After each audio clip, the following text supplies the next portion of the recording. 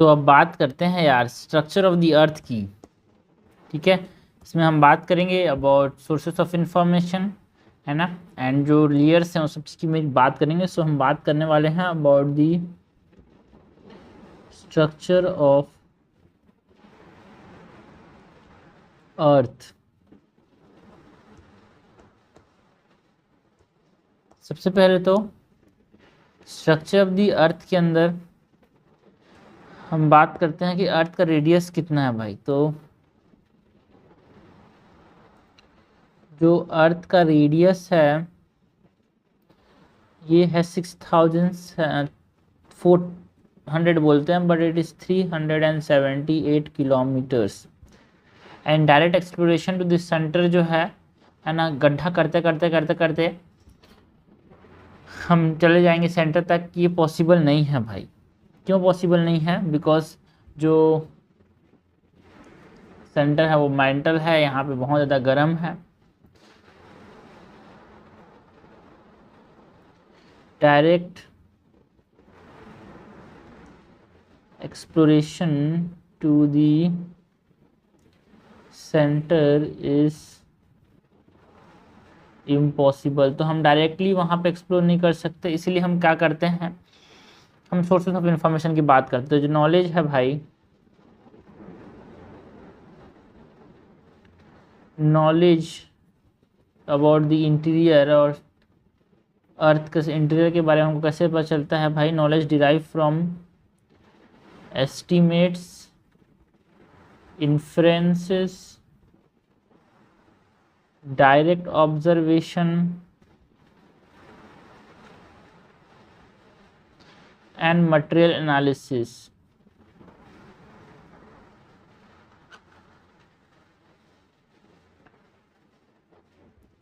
Sources of information की बात करते हैं यार।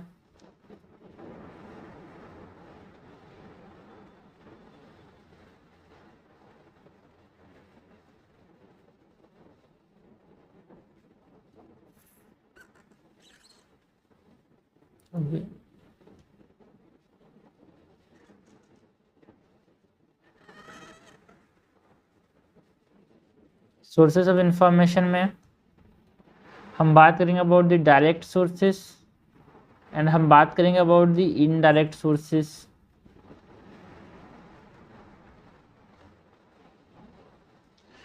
तो डायरेक्ट सोर्सेस में क्या क्या आता है भाई? Surface rock and mining,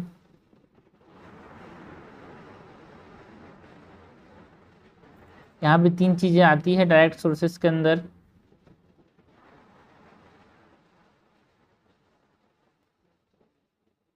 surface rock analysis and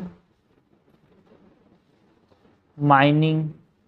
surface rock and mining की बात करें तो जो साउथ अफ्रीकन में जो गोल्ड माइंस हैं वो कितने अंदर तक भाई? 3 से 4 किलोमीटर गड्ढे अंदर तक हैं।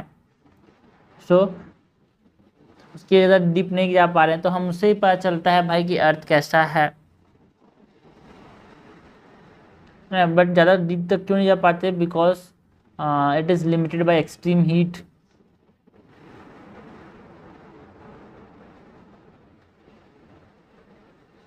South African gold mines reach depths of 3 to 4 kilometers and it is limited by extreme heat.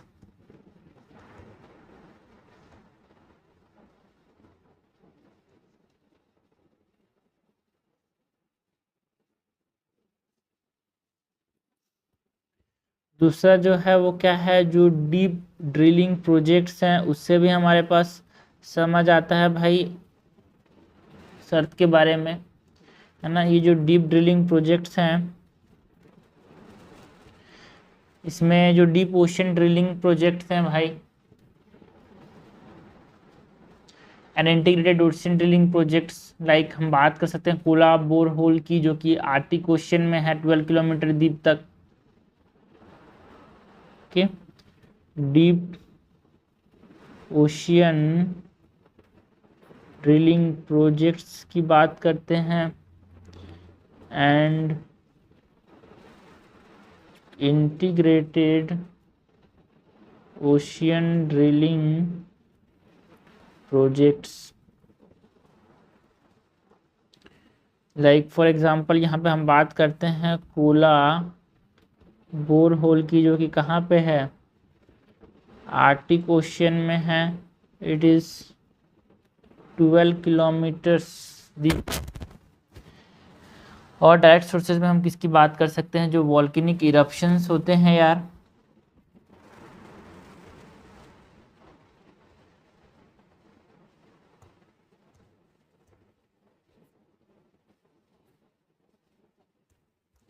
ये वॉल्केनिक इरप्शंस के अंदर मैग्मा जो है वो इरप्ट करता है एंड सरफेस में आता है, तो हम अंदर सब सर्फेस के कंडीशंस को यहाँ पे जान पाते हैं। Magma from eruptions helps to ascertain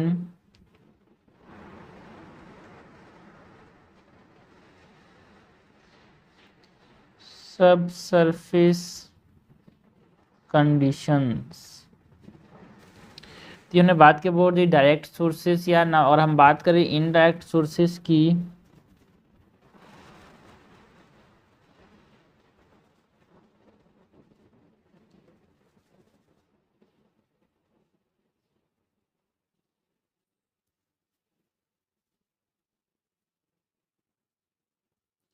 तो इनडायरेक्ट सोर्सेज में हम बात करते हैं भाई टेम्परेचर, प्रेशर, डेंसिटी, ये सब इंक्रीज करता है with depth.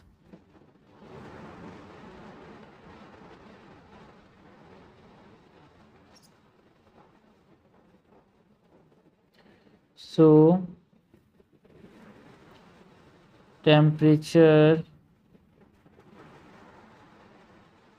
Pressure and density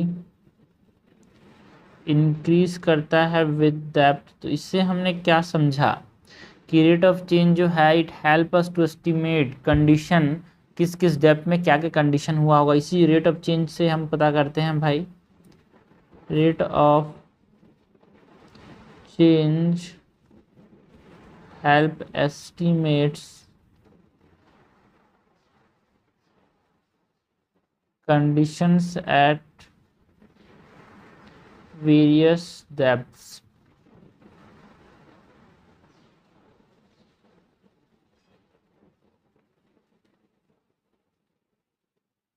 okay, next is gravitation यार। It is also an important indirect source. Gravitation से कैसे हम समझ आता है भाई अर्थ के सरफेस के बारे में, इंटीरियर के बारे में। Gravity varies with latitude and mass distribution. तो जो ग्रेविटी एनोमलीज है उससे भी हमको समझ आती है चीज़ें यार।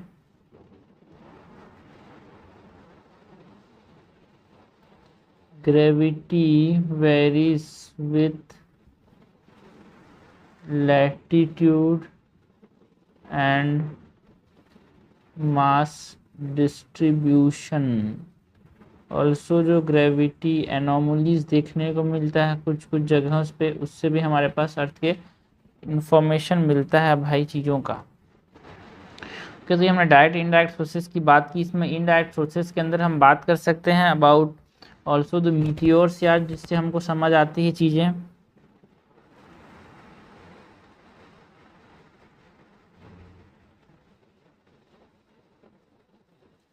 है ना, जो मैग्नेटिक फील्ड है उससे भी हमारे पास चीज़ें समझ में आती है।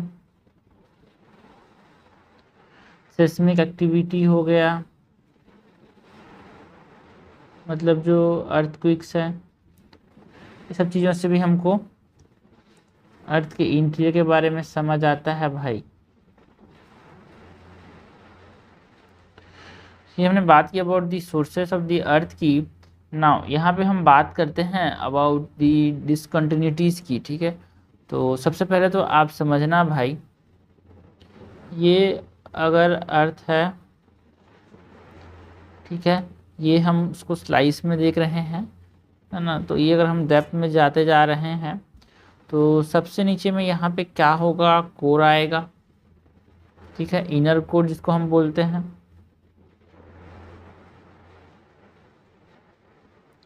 इसके बाद यहाँ पे आउटर कोर आएगा, ठीक। उसके बाद यहाँ पे मेंटल आता है यार, और इस मेंटल के अंदर लोअर मेंटल होता है, एस्थेनोस्फीयर होता है एंड अपर मेंटल होता है, ठीक है। सो ये लोअर मेंटल, ये अपर मेंटल, ठीक है। इसके ऊपर में यहाँ पे सपोज करो ये पहाड़े हैं कुछ, ठीक है भाई, यहाँ पे कुछ पहाड़े हैं, ये पहाड़ है, माउंटेन्स हैं।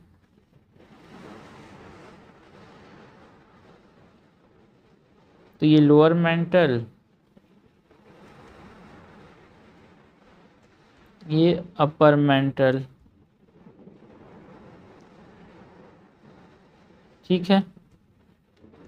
तो ये ज़्यादा बड़ा होता है, इस प्रकार से इतना छोटा सा होता है भाई, ये लोअर मेंटल, ये अपर मेंटल, ठीक है।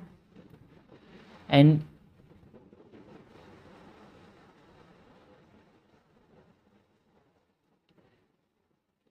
के ऊपर क्या होता है, क्रस्ट होता है, सबसे ऊपर में यहाँ पे ये क्या है, क्रस्ट,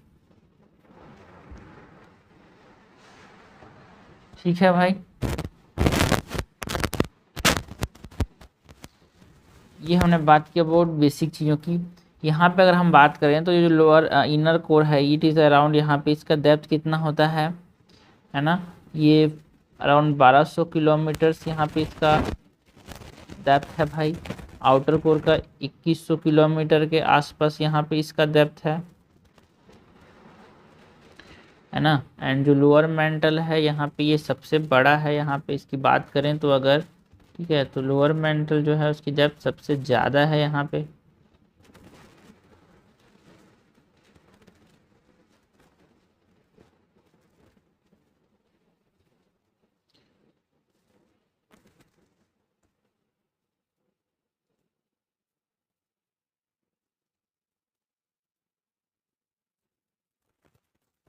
ये जो लोअर मेंटल है इसका डेप्थ है अराउंड यहाँ पे 2500 किलोमीटर, है ना, 2500 नहीं, 2250 किलोमीटर। अपर मेंटल है अराउंड 410 किलोमीटर यार। एंड जो क्रस्ट है वो बहुत पतला है। यहाँ पे जो क्रस्ट है, यहाँ पे हम दो तरह के क्रस्ट की बात करते हैं, एक ओशियन वाला क्रस्ट है ना, जो कि ऊपर में है, ओशियनिक क्रस्ट, और एक होता है कॉन्टिनेंटल क्रस्ट, ठीक है। इसी क्रस्ट में यहाँ पे हम दो पार्ट से इसको डिवाइड कर सकते हैं, एक ओशियनिक क्रस्ट होता है, एक कॉन्टिनेंटल क्रस्ट होता है। तो जो ऊपर वाला पार्ट है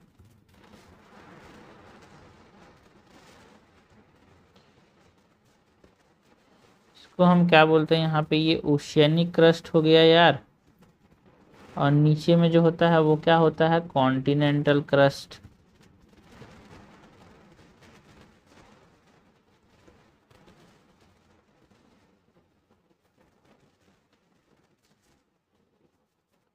तो ये जो कॉन्टिनेंटल क्रस्ट है, ठीक है, ये कॉन्टिनेंटल क्रस्ट ज़्यादा थिक होता है, ओशियनिक क्रस्ट थिन होता है यार। अगर हम बात करें ऊपर में ये ओशियनिक क्रस्ट की,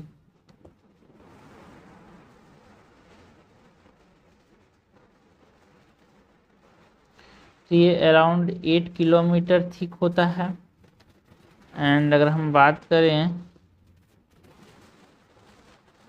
इस कॉन्टिनेंटल क्रस्ट की, तो ये अराउंड यहाँ पे 32 किलोमीटर डीप होता है, ठीक है भाई। तो आप जरा यहाँ पे इस नेचर को भी समझना, क्रस्ट कैसा होता है, सॉलिड होता है।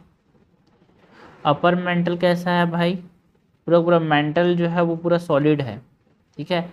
And upper mental and lower mental के बीच में यहाँ पे हम बात करते हैं, एक छोटा सा लेयर होता है भाई, एस्थीनोस्फीयर जिसको हम बोलते हैं।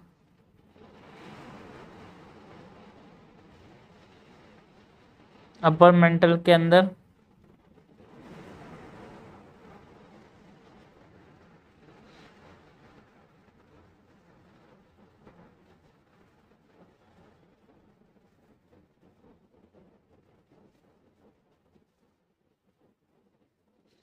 अपर मेंटल कैसा होता है, मेंटल पूरा पूरा सॉलिड होता है यार।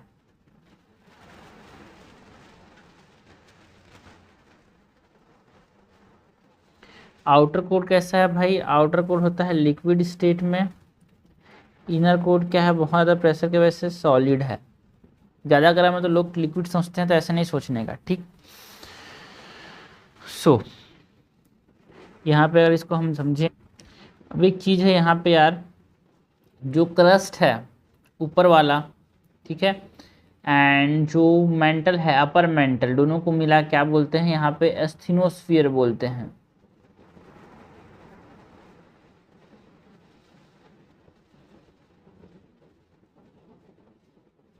सॉरी, लिथोस्फीयर यार। Asthenosphere is the lower part of the lower में upper mental.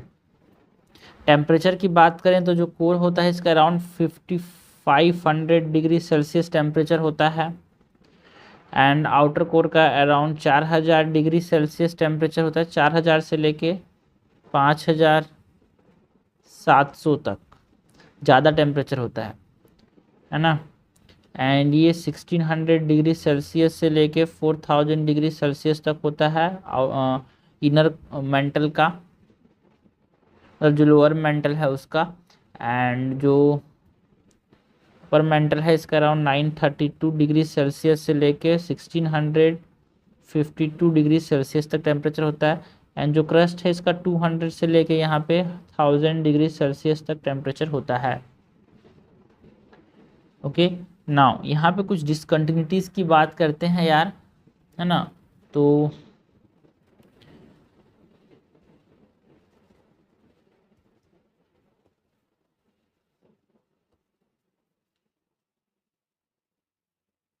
Conrad discontinuity,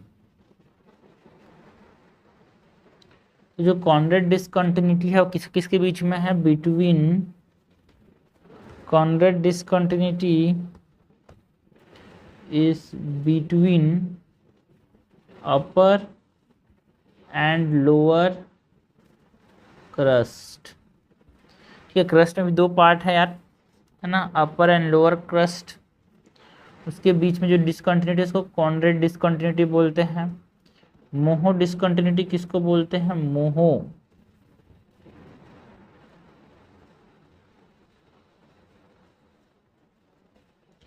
Moho discontinuity is between crust,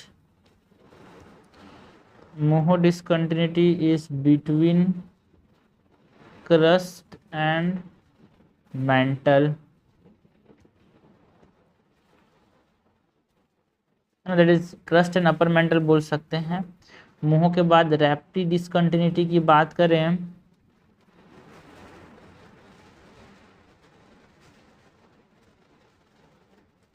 तो जो रैप्टी डिसकंटिन्यूटी है ये किसके बीच में है यार, it is between upper and lower mental. यहाँ पे ये जो अपर एंड लोअर मेंटल है यहाँ पे ये डिसकंटिन्यूटी होता है, Repetti discontinuity between upper and lower mental.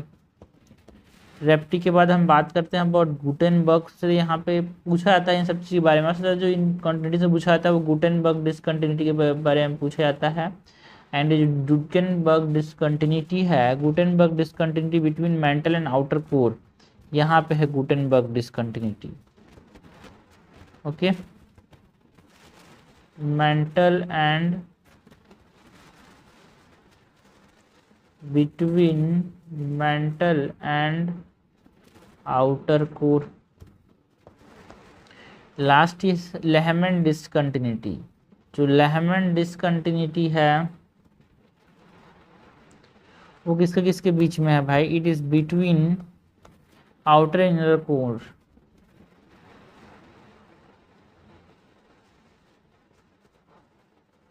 Okay, तो ये हमने बात की अबाउट द डिसकंटिन्यूटीज यार। तो आप समझना, लेहमन डिसकंटिन्यूटी कुछ यहाँ पे है, गुटेनबर्ग डिसकंटिन्यूटी कुछ यहाँ पे है, एंड रेप्ट डिसकंटिन्यूटी कुछ यहाँ पे है, मोहो डिसकंटिन्यूटी यहाँ पे है, कोनर डिसकंटिन्यूटी यहाँ पे है। ओके, ये डिसकंटिन्यूटीज जो है उसकी बात हमने की भाई।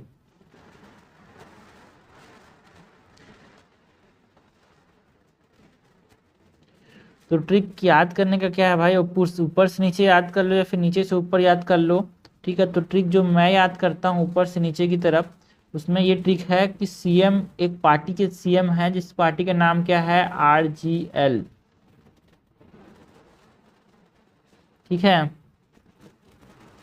सीएम आरजीएल पार्टी के यहाँ पे जो थे वो लड़ाई लड़ने लगे चुनाव में।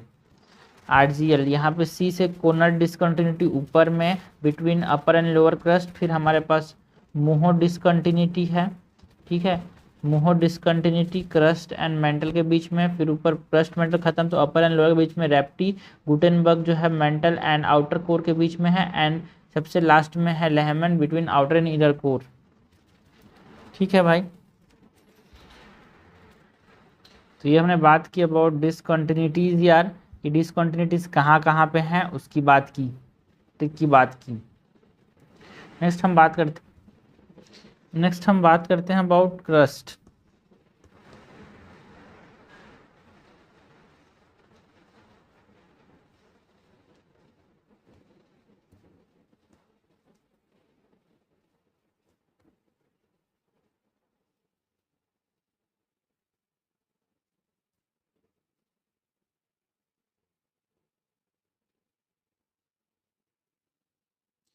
ये जो क्रस्ट है, it is the outer most layer यार ऑफ अर्थ, एंड ये एक तरह से ब्रिटल इन नेचर होता है, कड़क है भाई ये, and it is composed of solid rocks and minerals,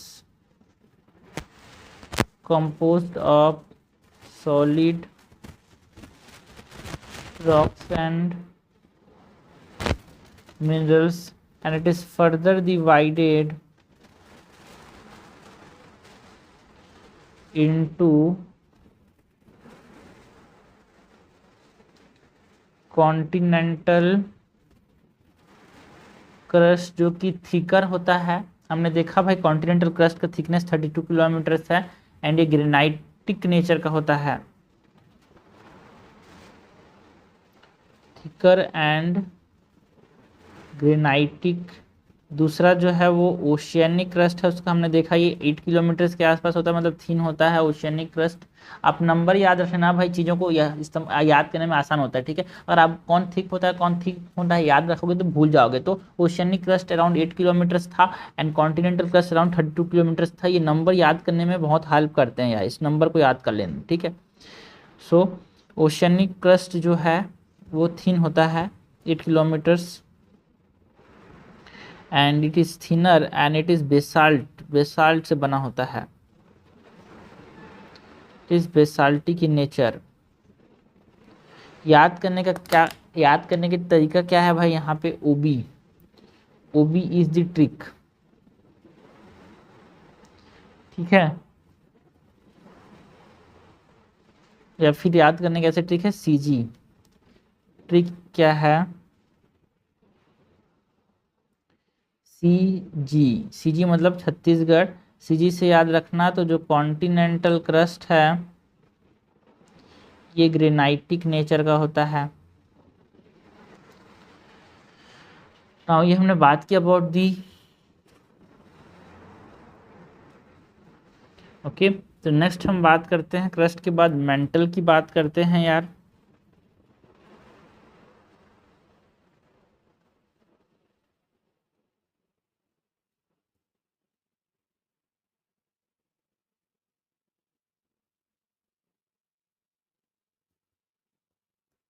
तो मेंटल कैसा है भाई? एक तरह से ये भी थिक है, सेमी सॉलिड लेयर है भाई क्रस्ट के नीचे, a thick semi solid layer beneath the crust, जो अपर मेंटल है along with crust, है ना, जो हमने यहाँ पे देखा था upper mantle along with crust is called as lithosphere। ये देखो upper mantle along with crust is called as lithosphere। इस चीज को समझना भाई, एनसीईआरटी की लाइनें हैं, क्वेश्चन पूछा जाता है। with the crust makes up the lithosphere, because ये जो लोअर मेंटल है वो इसमें इंक्लूड नहीं है भाई। इसमें कौन कौन है भाई, इस चीज़ को समझना है ना। सेमी सॉलिड लेयर है, मेंटल एक सेमी सॉलिड लेयर है, and upper crust along with upper mantle along with crust makes up the lithosphere of the earth.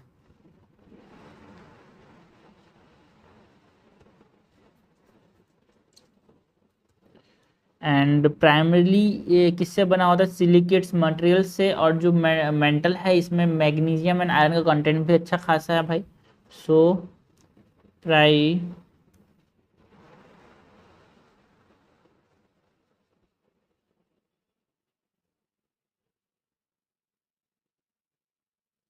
primarily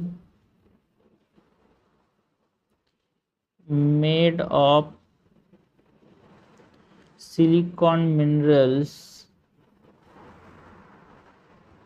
silicon minerals से बना हुआ है, या फिर सिलिकेट मिनरल्स बोलते हैं यहाँ पे।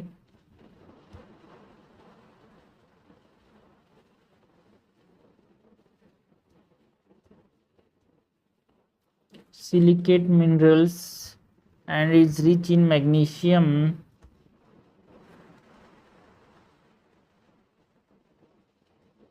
and iron।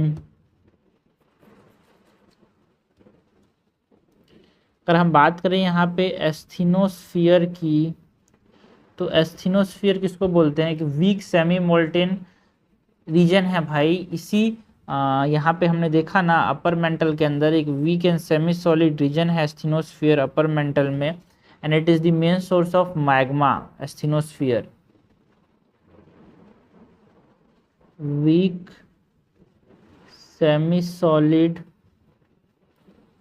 molten region and it is the main source of magma. जो लोअर मेंटल है ये सॉलिड स्टेट में है भाई, अपर मेंटल जो है वो सेमी सॉलिड स्टेट में है, लोअर मेंटल जो है वो सॉलिड है। अपर मेंटल, अब देखो मेंटल को तो सॉलिड बोलेंगे बट लोअर मेंटल सॉलिड है, अपर मेंटल जो है सेमी सॉलिड है, ये आप समझना। यहाँ पे पूरे को हम बोल देते हैं कि वो सॉलिड है बट ऐसा नहीं है। एस्थीनोस्फीयर भी कैसा है, सेमी मोल्टेन।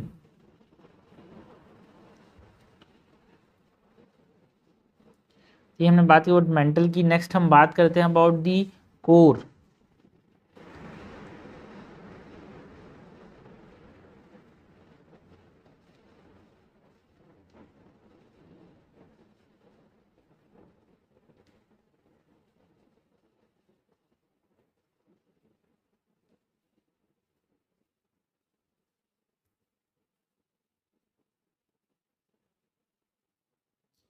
ये जो कोर है भाई, it is the inner most layer,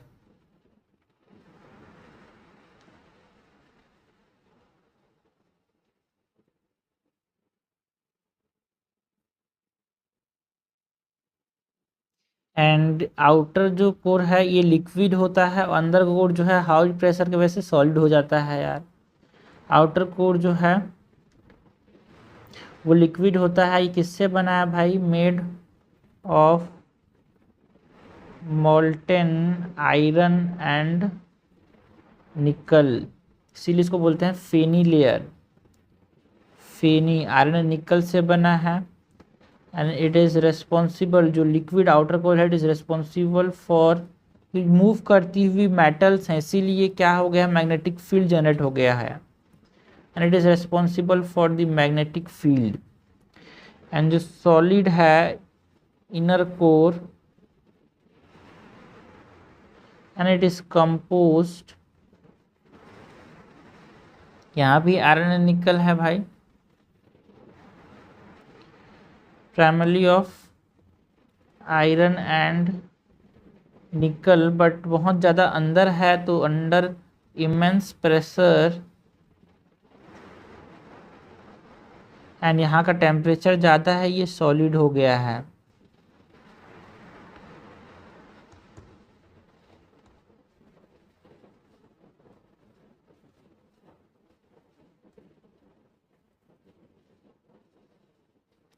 okay, सो ये हमने बात की रिगार्डिंग व्हाट, ये हमने बात की regarding the mental, regarding the core.